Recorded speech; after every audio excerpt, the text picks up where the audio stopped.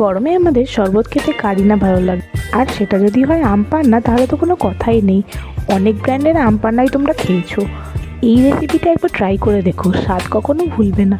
তো এটা বানানোর জন্য প্রথমে আমাদের আমগুলোকে ভালো করে ধুয়ে নিতে হবে। ধুয়ে নিয়ে আমগুলোকে সেদ্ধ করতে হবে, তারপর খোসা ছাড়িয়ে একটা চামচ দিয়ে আমগুলোকে ইভেন করে নিতে হবে। আর তারপরে একে একে মৌরি, সাদা নুন, গোলমরিচ, বিট নুন আর জিরে গুঁড়ো এগুলো দিয়ে ভালো করে একবার মিক্সিতে ব্লেন্ড করে নিতে হবে। 10 সেকেন্ড ব্লেন্ড করার পর এর মধ্যে পরিমাণ মতো চিনি মিশিয়ে নিতে হবে।